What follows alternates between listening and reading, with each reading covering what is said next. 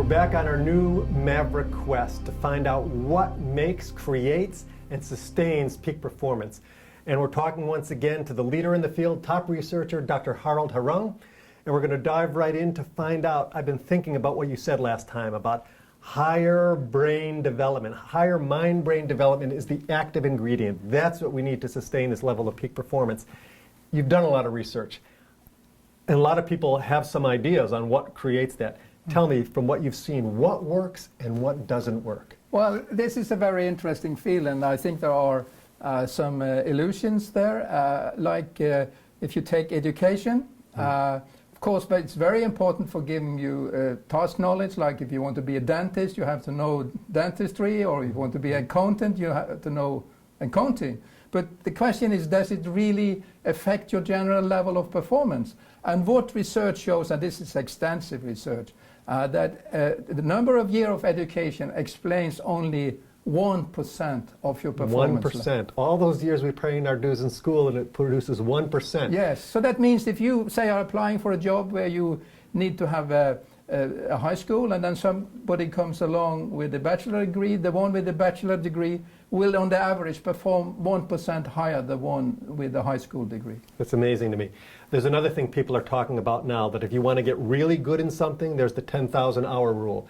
That if you do something for 10,000 hours, you can become an expert. Is there any basis of that in the research? There is partially a basis, but what actually research is, research report that just came out shows that if it's a repetitive and structured performance you are doing, like playing a game or doing sports or playing music, practice can explain about 20 to 30% of your performance level.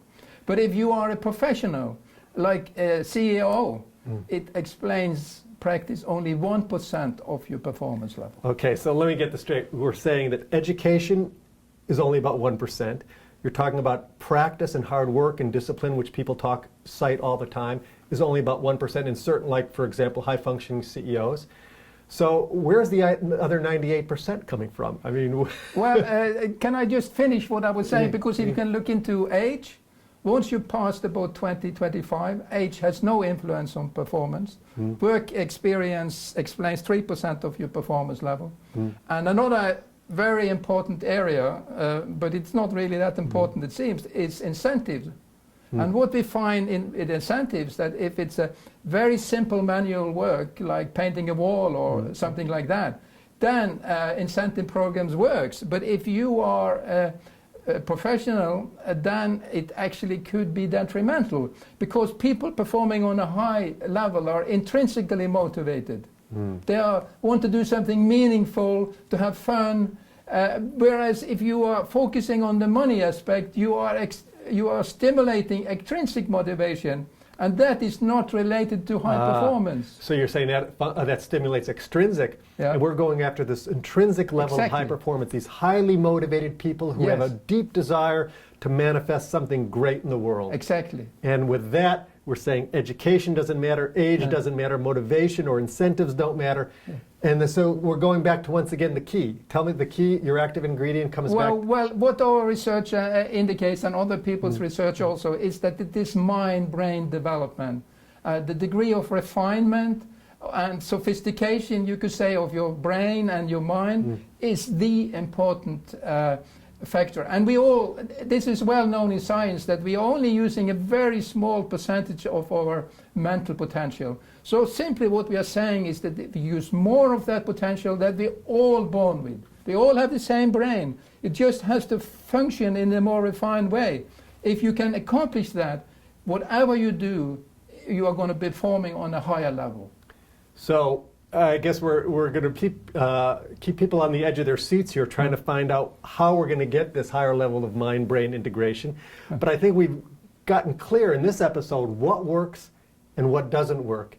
And all those areas, those sacred cows that people think this, oh, you need this, the education, the incentives, the age, the younger, and so on.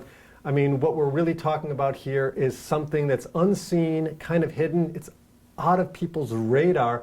It's a subtler level of how you structure your brain, that's really what's happening on these peak performing people. Yes, they have a brain which is functions in a very different way from average performance. There is much more orderly brain, and it's much more economic, and there are much more alpha waves, so they are associated with being wakeful, being alert, being wide open in your perception. This is what I want. Okay, so we're going to come back in our next episode to find out how we can actually own that kind of higher mind-brain development.